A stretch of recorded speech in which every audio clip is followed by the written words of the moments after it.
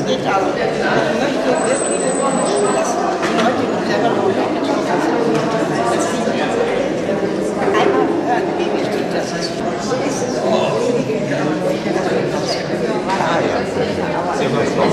Wenn Sie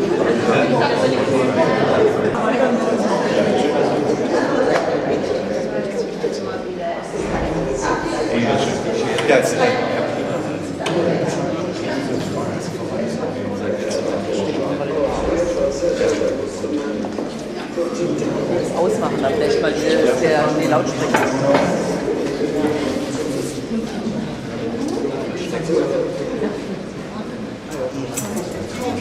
So, guten Morgen zusammen. Sie hören mich aber ziemlich auch so, dass ich das Mikro nehme. Frau Simon, wir sehen uns jetzt jeden Tag. Ich verfolge mich. Also, wer hier wen verfolgt, das weiß ich nicht genau einzuschätzen. 25-jähriges Jubiläum der Mobilitätshilfedienste. Das ist eine ziemlich lange Zeit, auch für mich als fast 40-Jährigen. Momentan noch eine intensive Debatte um die Ausgestaltung der Mobilitätshilfedienste. Ich will auch gleich mit dem schwierigsten Thema momentan anfangen, denn in den Gesprächen mit der Arbeitsverwaltung sind wir intensiv, weil Instrumente der Arbeitsmarktpolitik natürlich auch für die Mobilitätshilfedienste von besonderer Bedeutung waren und ohne diese wiederum unsere Förderung, die wir für die grundsätzliche Frage der Mobilitätshilfedienste geben, ja gar nicht richtig greifen kann. 13 Mobilitätshilfedienste haben wir jetzt in Berlin, eine gute, gewachsene Struktur. Und dieses 25-jährige Jubiläum ist Anlass dafür, diese Fotoausstellung hier zu haben. Ich freue mich sehr, dass 3 Protagonistinnen dieser Fotoausstellung dabei sind. Wir haben eben schon sprechen können. Frau erste war mal Tänzerin und habe ich gelernt in Amerika. Und jetzt vom Humanistischen Verband in Mitte beim Mobilitätshilfedienst betreut. Spandauer von Berlin eingeladen. Die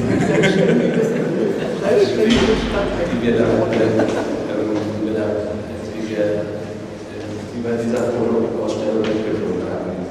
Draußen spielt das Leben. So ist, glaube ich, einer der Grundsätze vom Mobilitätshilfedienst und wir bringen sie hin.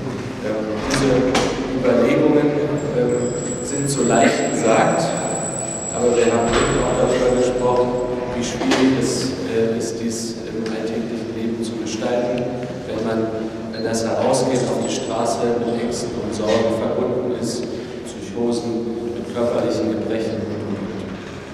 Deswegen sind die Mobilitätshilfedienste so wichtig und damit wir eine größere Öffentlichkeit auch für dieses Angebot erreichen, gibt es diese Ausstellung. Soweit ich weiß, soll diese Ausstellung jetzt weitergetragen werden, nachdem sie hier in der Senatsverwaltung waren, in die Bezirke. Und wo wird sie dann überall sein? In welchen Bezirken? Alle, die Interesse daran haben. Das ist noch nicht durchgeplant. Also der Beginn ist heute, 16.10., ist Ende November, 25. November für die Ausstellung. Danke habe ich schon gesagt, vor allem will ich noch Danke sagen Ralf Behrendt, der selbst Mitarbeiter des Mobilitätshilfedienstes in Lichtenberg ist. Und da ist er und hier die Fotos gemacht hat. Herzlichen Dank für diese Fotos und für diese Ausstellung. Das ist jetzt Ihr Applaus.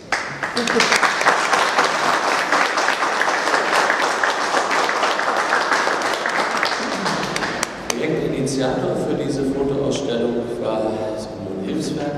Ihnen herzlichen Dank dafür, aber kooperiert haben alle über den ISB zuwendungsgeförderten Mobilitätshilfedienste. Deswegen gilt auch allen der Dank.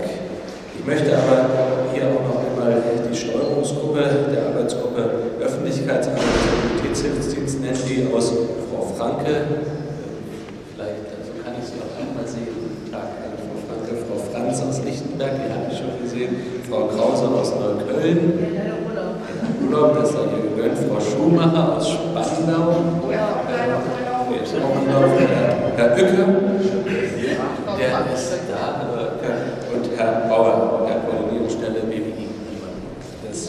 Ihnen wollen wir auch nochmal ganz herzlich Dank sagen, denn Sie haben ja die Steuerungsarbeit zwischen den Mobilitätshilfediensten übernommen und ich denke, mit Ihnen, den Fotografen, hier auch eben zusammengearbeitet. Habe ich irgendwas vergessen? PS-Sparen, PS-Sparen ist das Ganze. PS-Sparen, ja. Herr Machura, ach Mensch, der Banker ist auch noch da. Ja, hallo.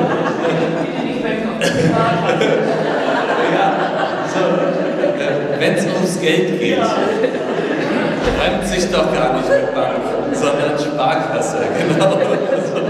Also, vielen Dank, dass Sie heute da sind, der Direktor der Sparkasse, der Berliner Sparkasse und Herr Machura, unsere rechte, linke und mittlere Hand für all das, was im PS-Sparen und bei Lotto und wo auch immer organisiert wird.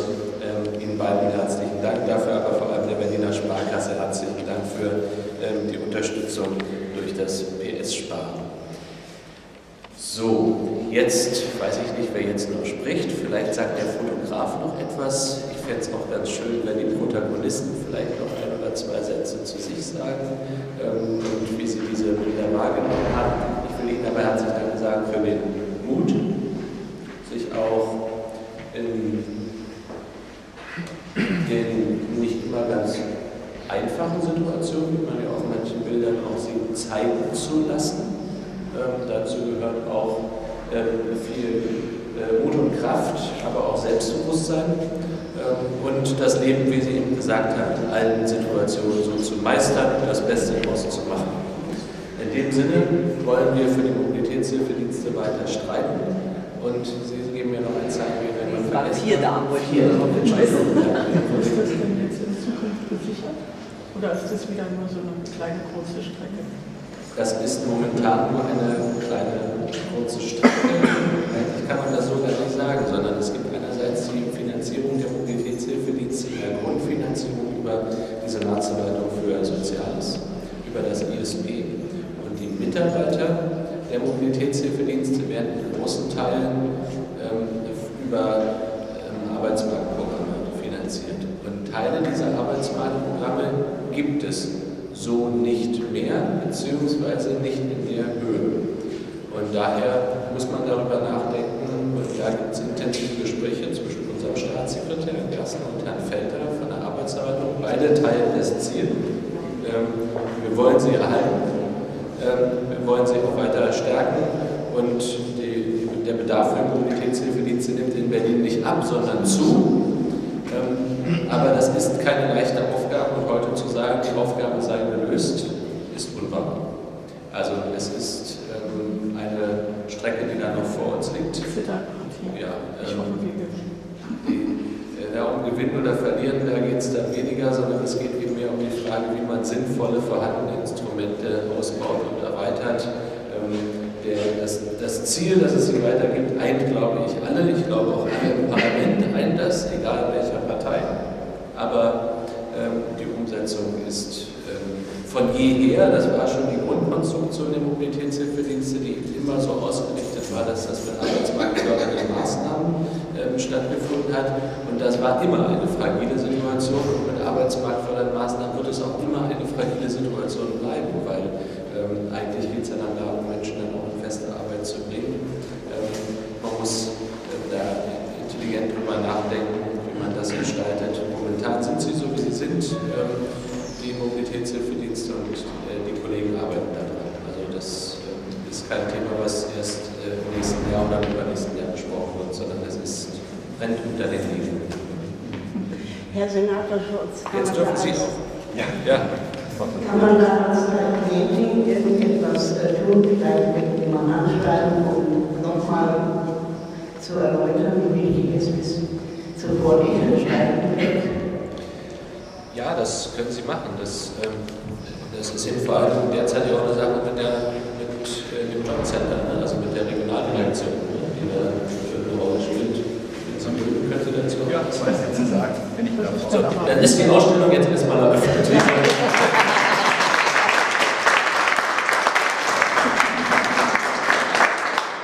Vielen Dank, Herr Senator, auch für die Gelegenheit, hier im Haus ausstellen zu dürfen. Wir haben gelernt, daher auch die für die Arbeit zuständige Senatsverwaltung hier arbeitet und eine bewährte Zusammenarbeit stattfindet, haben alle Kolleginnen und Kollegen die Gelegenheit, gleich beim Eintritt in den nächsten 6 Wochen die Geschichten, die Ausstellung, die dahinter verborgenen Geschichten und die Texte, die wir jetzt abgeschaltet haben, das sind ja wunderschöne Interviews, die Einblick geben in den Stellenwert der Mobilität für ältere Menschen und auch was der Dienst, die Hilfe des Dienstes bedeuten kann und für die einzelnen Menschen auch tatsächlich bedeutet, sich da einig machen zu können. Ja, ich kann mich den Dankeschöns nur anschließen, insbesondere auch für Herrn Behrendt, der in großem Einsatz in alle Dienste zu allen Themen gereist ist und in vielen Gesprächen. Es war dann nicht nur das Betätigen des Auslösers, es ist ja auch eine Atmosphäre, die hergestellt werden muss. Ich glaube, man spürt das und wer Zeit hat und mal die Details auch reingeht, es sind immer auch zu jeder einzelnen Person pro Tafel kleine Geschichten verborgen, mit was sie beschäftigt wird, auch Biografien. Und da kann ich also nur werben, sich das mal in einer ruhigen Viertelstunde wenigstens zu Gemüte zu führen. Ja, Sie haben es gesagt, die Ausstellung wird anschließend bis zum Ende des Jahres 2016 durch alle Bezirke wandern. Es gibt große Nachfrage. Momentan stellen wir gerade die Terminlisten zusammen. 4 haben wir schon festgelegt. Und das dient dann auch strategisch, würde ich mal sagen, dazu, die Dienste vor Ort noch bekannter zu machen, die Netzwerke der Altenhilfe zu stärken, die Gremien wieder neu einzusprechen, dann auch die Vertreterinnen und Vertreter der Bezirke in den Trägerversammlungen zu werben, sozusagen für die Akquise auch von Helferinnen und Helfern.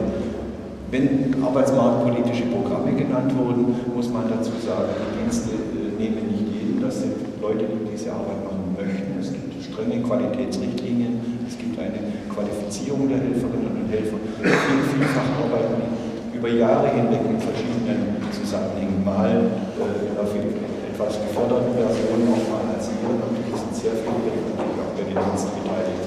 Und das kann man nur unterstützen. Und die vorhandenen Kooperationen über Frau Scholz, über das Haus, die Gespräche auch mit der Senatsverwaltung für Arbeit laufen. Wir können nur hoffen, dass wir das schwierige nächste Jahr dann auch tatsächlich Helferinnen und Helfer generieren können. Das soll es von mir gewesen sein. Wir hatten gerade noch kurz verabredet.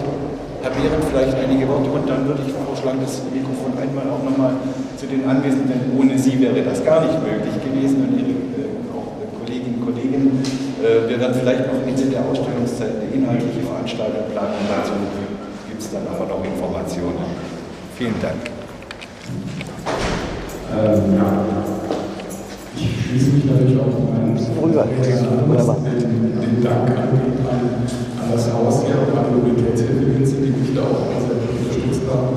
Und natürlich vor allen Dingen auch Sie, die ich die Ehre hatte zu besuchen. Mein Name ist Ralf Behrendt, ich bin schon einige Jahre, 18 glaube ich sind beim Bundeswerk in der Mobilitätshilfe und parallel habe ich noch ein zweites Leben als Künstler und konnte jetzt in diesem Zusammenhang natürlich wunderbar meine beiden Leben verbinden und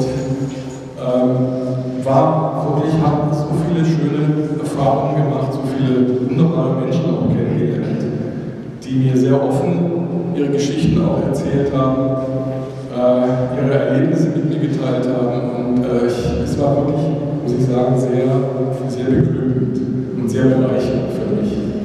Und ich habe dann versucht, etwas diesen Lebensläufen gerecht zu werden, Aspekte aufzugreifen, um vielleicht so ein bisschen Einblick auch in die Lebensgeschichte zu geben und hoffe, dass die auch Anwesenden, auch die vielleicht später nochmal die Ausstellung sehen werden, die Klienten damit auch leben können, zufrieden sind und sich auch ein bisschen wiederfinden darin. Und ich wünsche Ihnen allen auch Bereicherung und Betrachten dieser Sachen und hoffe, dass es noch lange geht, dass wir das auch wieder tun. Dankeschön.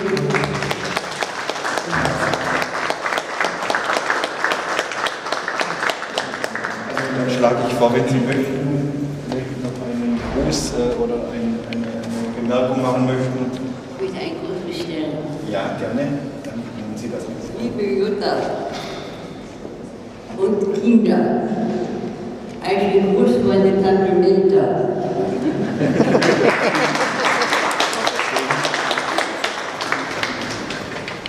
Ich möchte nochmal von ganzem Herzen meinen Dank aussprechen, dass es dieses wunderbare Netzwerk gibt und dass es hoffentlich auch erhalten bleibt.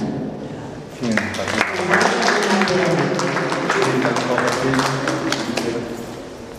Ja, ich bedanke mich auch bei allen, die das hier gemanagt haben.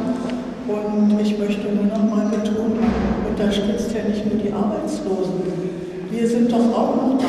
Da sind wir in der Versenkung verschwunden. Man unterstützt beide Seiten, die alten Leute und die Arbeitslosen.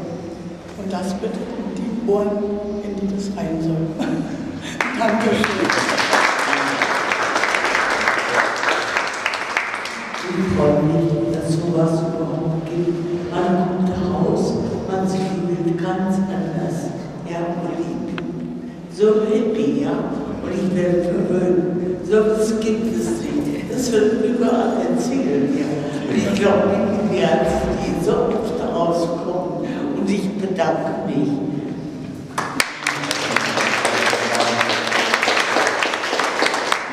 Wunderbare Blitzlichter zum Schluss. Ich glaube, das müssen wir nicht mehr weiter kommentieren. Es ist alles gesagt. Vielen herzlichen Dank auch für die Wortbeiträge.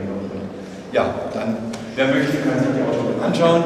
Die Projektleiterinnen und Leiter sind dann anschließend zur Jahrestagung um 11 Uhr beim Mobilitätshilfedienst des Deutschen Roten Kreuzes in Kreuzberg gebeten. Ja.